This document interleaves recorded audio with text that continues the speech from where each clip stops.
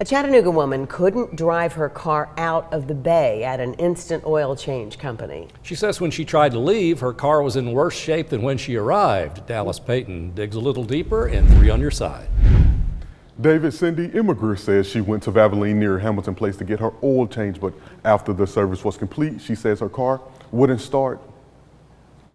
Emma Grier says this was her first time visiting Valvoline. It's an instant oil change place where you sit in the car while they service your vehicle. Once the oil change started, Grier says an employee stepped away for a few minutes, they said, to buy an oil filter for her. The process took about 30 minutes. After they did my car, I went to start it, it wouldn't train.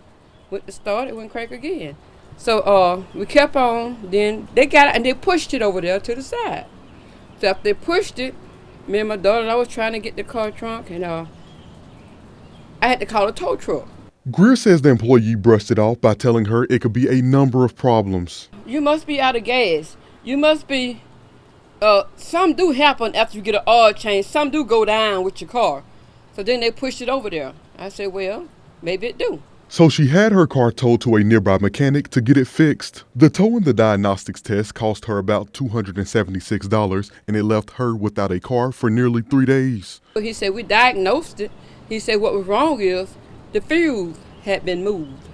The fuse wasn't put back in the same spot, it put in another place. So the truck, he said, it fired right up when he put the fuse. After getting the car fixed, Grier returned to Valvoline to share what happened, but tells Local 3 she had no luck. I called the head company, and she called me back. She said, well, let me contact the manager, I'll get to him.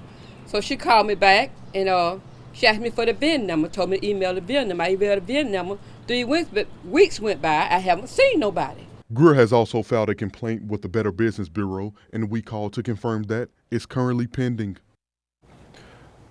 I reached out to the Valvoline near Hamilton Place. The manager I spoke with knew about the matter but declined to comment. We are waiting to hear back from corporate. We did check reviews on Google. They have more than 300 reviews and more than 4 stars. It's also worth noting that almost all of the negative reviews have responses to them from the company. David? Dallas.